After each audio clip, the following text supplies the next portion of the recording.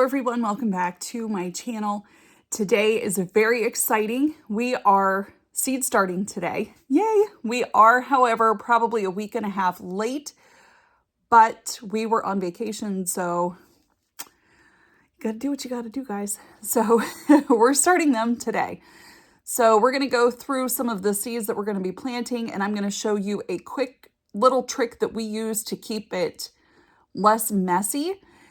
And we're utilizing our basement space for doing our seeds. So let me show you what that looks like.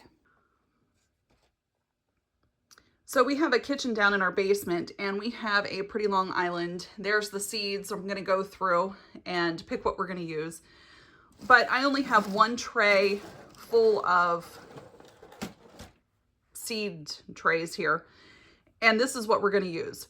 So I'm not doing any more than this right here because of the time of year it is. These are all of the seeds that we are planting right now. So we're gonna get our cauliflower, broccoli, and Brussels sprouts started to go out. Our cabbage will go out as well. And then we're starting our celery now, even though we're not gonna plant this until probably the end of May. It needs to get a head start because these seeds are tiny and it needs to be started sooner than later.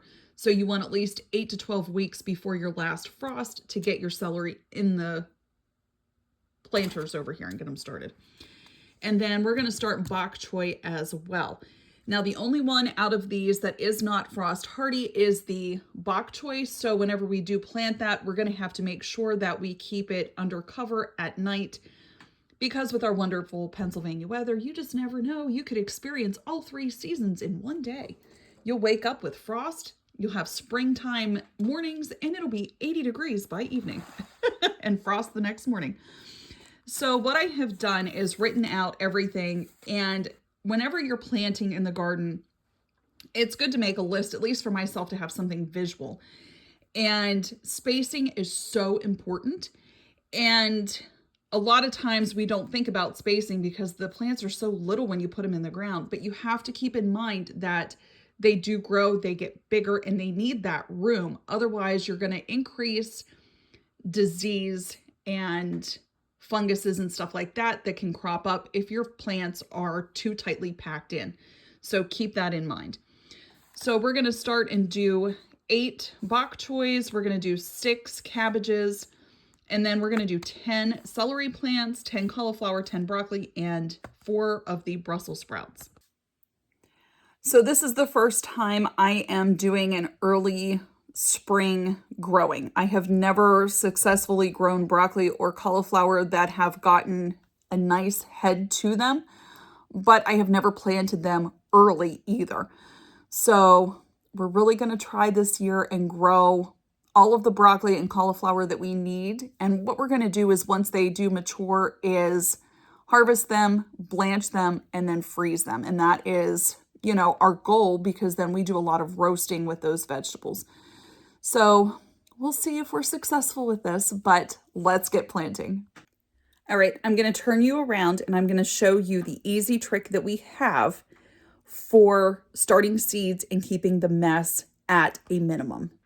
Get whatever type of potting soil you wish to use. I have, I've tried just about everything and I've never had any failures with it.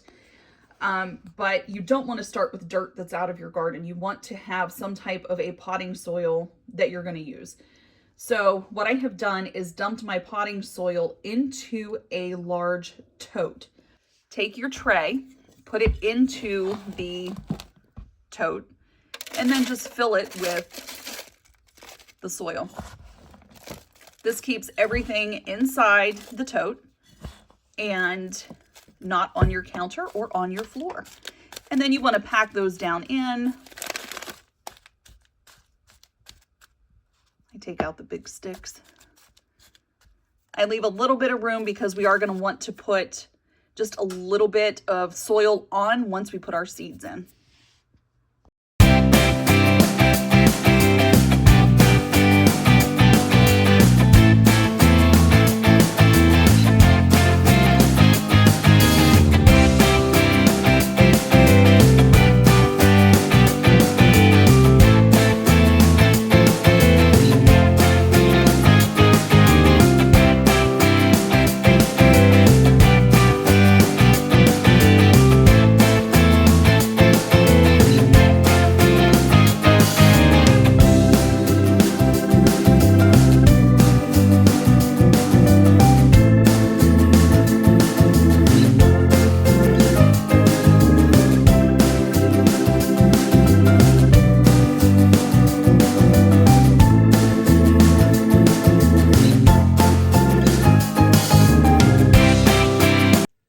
So last minute decision, I decided not to plant my Brussels sprouts until I'm going to start them in the beginning of August so that we have a fall harvest of them, because what I was reading is that it's best to harvest them at the first frost. And if I plant them now, that's not going to happen.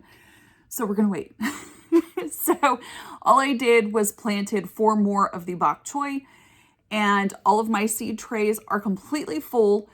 And all we're going to do is wait until they germinate. And most of them are going to take about a week to do that. And once they germinate, then we're going to hit them with our grow lights, which you can see behind me. Now, grow lights, we found actually the set that's back behind me, we found it at a thrift store for $3. And they work just like the other ones that we have that we've paid like $15 to $20 for. Keep your eyes open at places like Goodwill and Salvation Army, you know, whatever you have, thrift store that's closest to you. Keep your eyes open for things like grow lights, because they are there. They could be tucked away in like the junkie aisle, but you just got to dig through that stuff to find them. So we're not going to use a heat mat on these because these are a colder crop. So we're not going to do the germination with the heat mat. We're just going to let them sit. And my basement down here does have a window that shines right onto the island, and they will receive some sunlight until they do start to germinate. Now, if we do not hit them with the grow lights as soon as they germinate, they're going to do what's called getting leggy. So we're going to hit these with the grow lights after that, and they become bigger.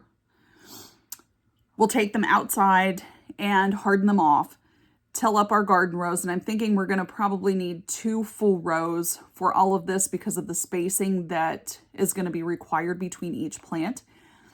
We'll till that up, get these planted along with our onion sets and our potatoes. So it's exciting, guys. It's time. It's time.